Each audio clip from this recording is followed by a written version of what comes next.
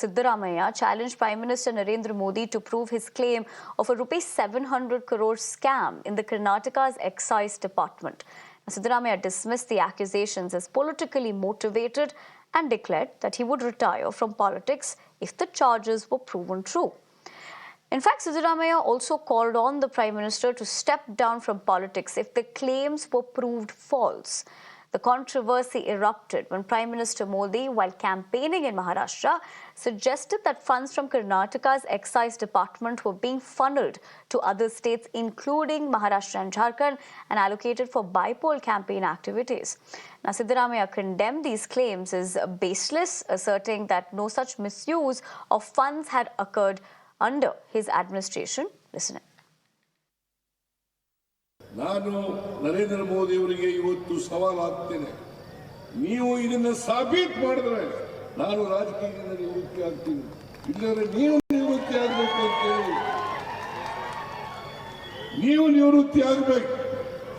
ಒಬ್ಬ ಪ್ರಧಾನಮಂತ್ರಿಯಾಗಿ ಸುಳ್ಳು ಹೇಳಬೇಕಾದ್ರೂ ಕೂಡ ಸತ್ಯಕ್ಕೆ ಹತ್ತಿರದಲ್ಲಿರ್ತಕ್ಕಂಥ ವಿಚಾರಗಳನ್ನು ಹೇಳಬೇಕು. ಸತ್ಯಕ್ಕೆ ದೂರವಾದಂಥ ಮಾತುಗಳನ್ನು ಹೇಳ್ತಕ್ಕಂಥದ್ದು ಇದೆಯಲ್ಲ, ಇಂಥ ಪ್ರಧಾನಮಂತ್ರಿ, ಇಂಥ ಸುಳ್ಳು ಹೇಳ್ತಕ್ಕಂಥ ಪ್ರಧಾನಮಂತ್ರಿ ಭಾರತದ ಇತಿಹಾಸದಲ್ಲಿ, ಸ್ವತಂತ್ರ ಭಾರತದ ಇತಿಹಾಸದಲ್ಲಿ ಯಾವಾಗಲೂ ಕೂಡ ಬಂದಿರಲಿಲ್ಲ ಅಂತಕ್ಕಂಥ ಮಾತುಗಳನ್ನು ಹೇಳಲಿಕ್ಕೆ ಬಯಸ್ತಾ ಇದ್ದೇನೆ. No, I am thoroughly disappointed by the statement of the Prime Minister. It's okay if somebody, some party, BJP functionaries makes that kind of statement. It's all right. We will also react to that. But a statement is coming from Prime Minister saying that 700 crores been mobilized to Maharashtra. It is really disappointing. One, he has to prove it. Otherwise, people don't believe you, right? So, two, in a situation like this, how can a government or a party in Karnataka mobilize that huge money and send it to Maharashtra?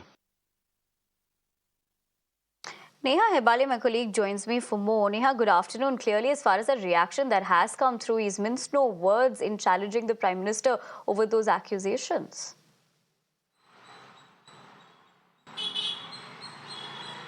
Well, Nivedana, that's absolutely right. Of course, it is the polling season right now across the country, and it seems like, the senior-most leaders of our country today locking horns here, while the Prime Minister, of course, first there leading that attack against the Karnataka government, and the Chief Minister saying that 700 crores, from the Excise department were mobilized and moved towards the elections in Maharashtra and Jharkhand. You have the Karnataka Chief Minister also there, of course, hitting back, not really mincing his words there, going on to suggest that this is a charge that should be proven for him to step down, and if not, then the Prime Minister must step down. Of course, one must remember here that it is during the polling season when we see all sorts of attacks coming through here, and understandably so. Of course, it is going to be a tough battle even here in the state of Karnataka, as the state is, of course, going into 3 by-polls there for various seats. We'll really have to wait and see right now, because the fact is that, whenever the elections approach, we see leaders of all parties taking attacks at each other,